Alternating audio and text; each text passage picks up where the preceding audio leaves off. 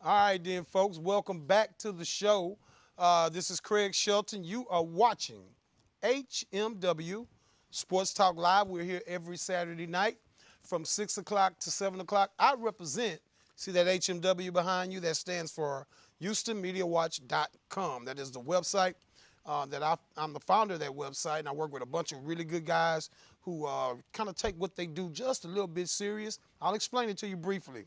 We are a organization that loves sports. We love sports media.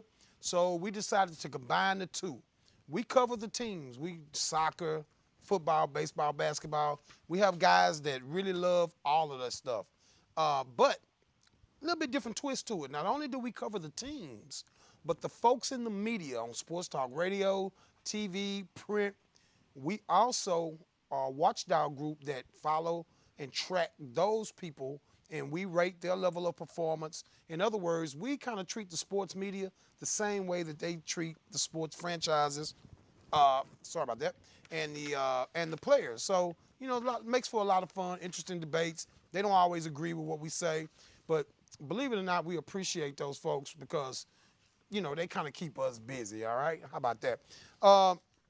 When we left you folks, we were talking about this year's class of the inductees that will be considered for the Naismith Memorial Basketball Hall of Fame. We mentioned that David Stern, recently retired NBA commissioner, will be going into the Hall of Fame.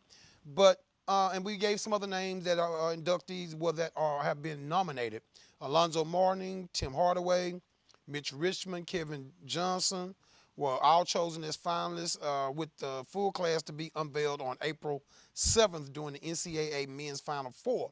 But as I told you before we went to the break, there is one guy in particular that's been nominated that I wanted to talk a little bit about with Angelo Lawford. Richard Walker joined us in the first segment, and we'll see him back here later on. Also, Marcus Coleman, former NFL defensive back, my former radio co-host, will also join us on the phones in the next segment at 5:30. But one more name that's a part of this class to be inducted, and that's Spencer Haywood.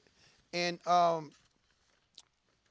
if you don't remember why he has significance for me here, it's two different reasons. Number one is something very, very odd happened last year, Angelo, and I don't know if you recall this, but last year Spencer Haywood, the inductees are all told in advance whether or not they've received the necessary amount of votes.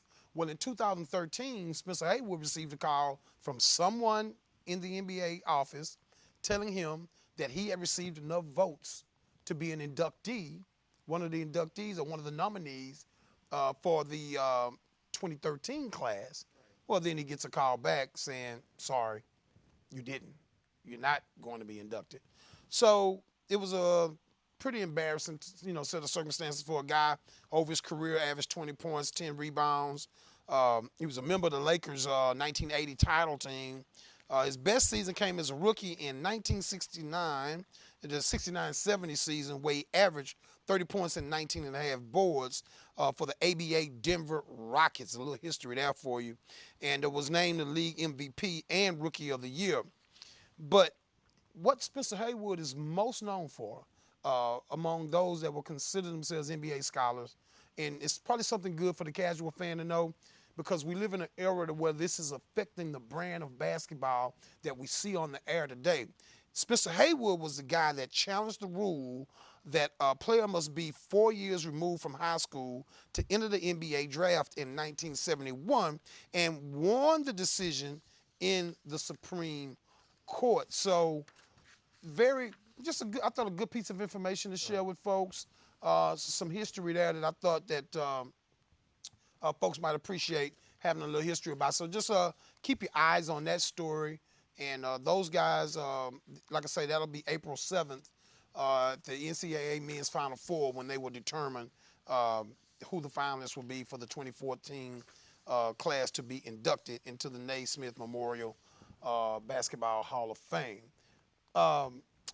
Also this week, I tell you, we're going to be all over the place, not just with a local spin the first half of the show.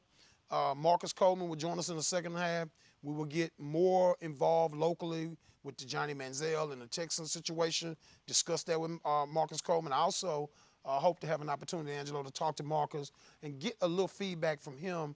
He's a guy who spent a decade in NFL locker rooms. Definitely got to get his spin, his take on what's going on with the Richie Incognito and Jonathan Martin story. But how about something else this week that we want to kind of recap here briefly is Derek Jeter, man. Number 2, hanging it up. 2014 will be Derek Jeter's final season as a Yankee, the team captain, and as a Major League Baseball player. I gotta let me ask you this, because I got my moment. I thought about this. I was like, wow, Jeter had a lot of great moments, probably different for everybody. And I thought mine, I was like, wow, when I tell people what my Jeter moment is, they're going to probably be like, come on, Greg, that's the best you could do. But that's really what stood out to me, and I'll tell you what it is. But for you, when you just think of Derek Jeter, was it something on the field or just the overall aura of Derek Jeter? If you had to come up with a Jeter moment for you that kind of benchmarks who he is for you. I don't necessarily have a moment, but Jeter reminds me kind of if I were to compare him to another athlete, I would say he's kind of like the baseball's version of Tim Duncan. Solid, consistent, and doesn't really do anything that jumps off the page. And because if you look at Tim Duncan play, he's not more athletic than, say, a Sean Kemp at power forward, or even a Charles Barkley in his prime, right? Yeah. But he's still head and shoulders above them, just as far as his stability as a player, and that's what I see in Derek Jeter a lot. I just see somebody that was consistent at the plate, on the field, and I think also another thing that I commend Derek Jeter for is just kind of. I wouldn't say he changed the game, but he lived his private life in a way that I think is commendable too, respectable, where he just kind of kept, he ladies, man, but it was known that he didn't try to finagle anybody or do anything. He was just out in the open with who he was, how he was going to be from the start. And I guess, I think that there's a certain commendability about that, per se, Definitely in the culture that we live in, in this Maury Povich, right? You are the daddy, society we live in nowadays, and with social media, I think, just to maintain the level of admiration and respect that he's been able to maintain from everybody he comes in contact with, I think it lends itself to you feeling like there must be enormous amount of genuine qualities in the guy, right? Because rarely do you get a consensus in the positive frame. You can get a consensus on folks negatively.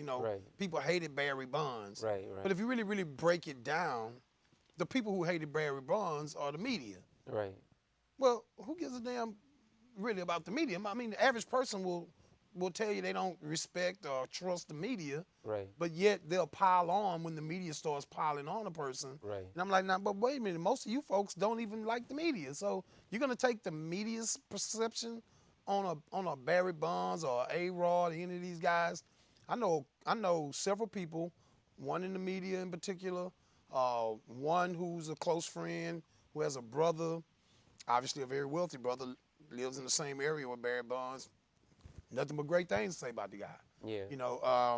But I could care less how these guys treat media. Right. You know what I mean? If I walk past Arian Foster in the Texans locker room, for me it's always, hey, Arian, what's happening, man? And he's like, hey, what's up?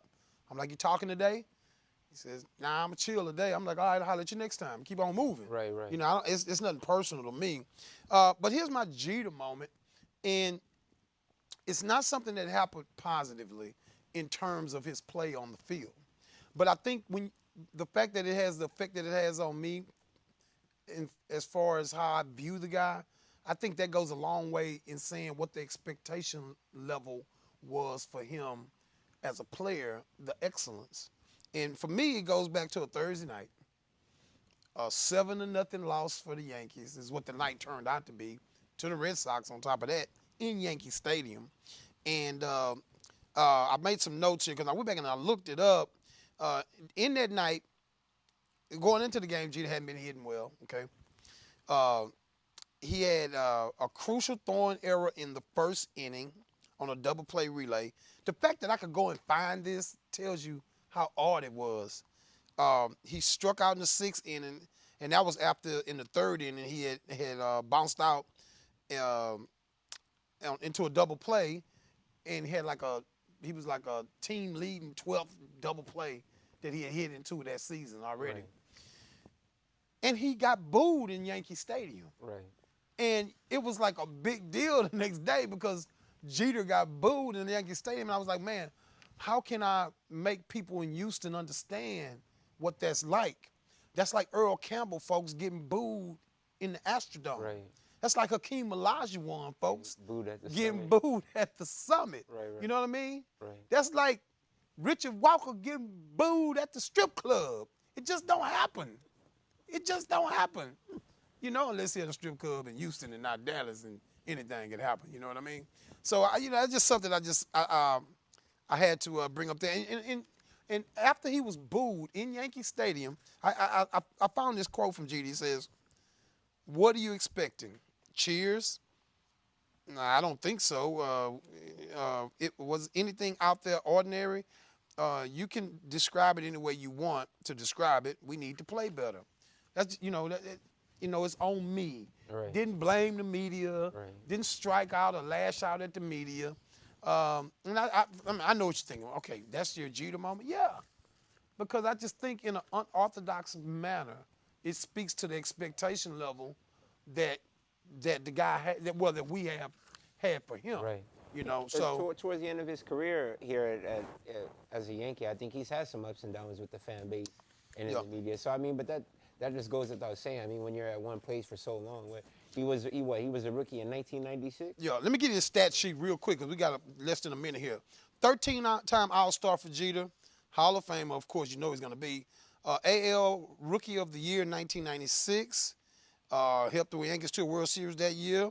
Member of the World Series championship teams in 98, 99, 2000, 2009. 5-time Gold Glove shortstop. 8 times finished with top 10 American League MVP voting. He's a Yankees career hits leader with 3,316. Only Yankee with 3,000 hits.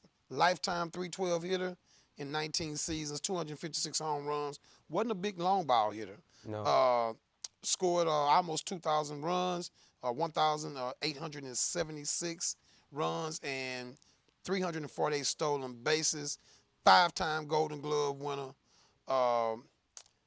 But he just hit 190 and had 7 RBIs last season, all right? Hey, Derek Jeter, got to give it up to him, man. Great career. Hey, hang in there, man. We'll be right back. Marcus Coleman will join us on the phones. It's HMW Sports Talk Live.